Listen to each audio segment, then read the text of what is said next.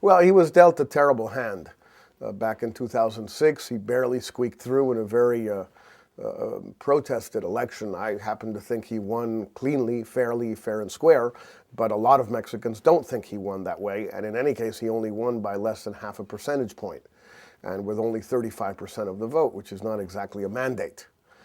Given all of that, I think that on some fronts he's done all right, and on others, what has not happened, turned out well, is not entirely his fault. For example, the huge contraction of the Mexican economy last year, minus 7%, perhaps one of the greatest contractions anywhere in the world, was partly Mexico's fault, but partly comes from abroad. So I'm not sure you can fault him entirely for that.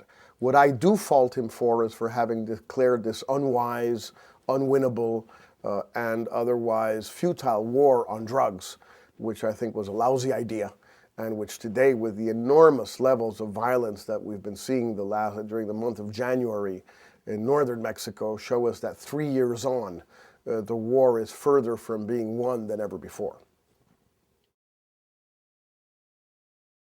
What would have been a sensible policy was not to declare a war, was to continue with the type of arrangement that Mexico has had with the cartels and that the U.S. has had with the cartels for 40, 50 years now.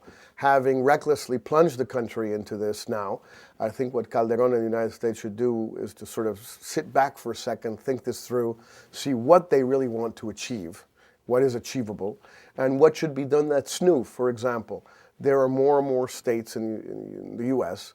that are moving towards decriminalization, at least of marijuana. Mexico is still a very important producer of marijuana. Some people say that up to 60% of the profits of Mexico's cartels come from marijuana.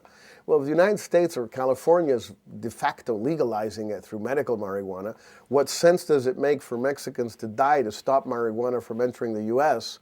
when once it enters, it can be sold legally at over 1,000 dispensaries in Los Angeles, more than the number of public schools there are in Los Angeles.